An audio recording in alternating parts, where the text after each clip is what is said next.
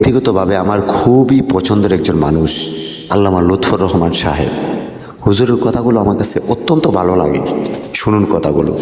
একটা মাহফিলে 10 লাখ 15 লাখ লোক হওয়া, এটা দুনিয়ার কোনো রাষ্ট্রপ্রধানের ইতিহাসেও নেই। আর একজন রাষ্ট্রপ্রধান যখন কোনো এলাকায় যায়, সেখানে রিজার্ভ গাড়ি দেওয়া হয়, জায়গা জায়গা থেকে গাড়ি প্রেরণ করা হয়, সার্ভ করা হয়, তাদেরকে ভাড়া দেওয়া হয়, খানা দেওয়া হয়, গরু জবাই করে একেবারে মোরগ মুসাল্লাম বিরিয়ানি এগুলো দেওয়া হয়। তারপরে যাওয়ার সময় আবার কিছু নগদ হাদিয়াও দেওয়া হয়।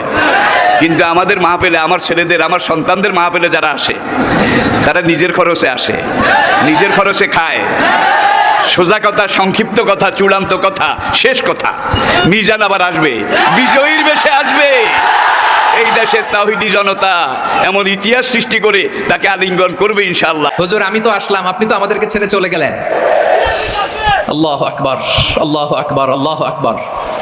গলায় কোনো সুর ছিল না, সুর দিয়ে কথা বলতেন না, কিন্তু এত চমৎকার শব্দের বুনন, এত চমৎকার প্রেজেন্টেশন, এত চমৎকার ভাবে ঐতিহাসিক বর্ণনাগুলো তিনি উপস্থাপন করতেন। মন্ত্রমুগ্ধ হয়ে আমরা আল্লামা লুৎফুর রহমানের কথা শুনেছি।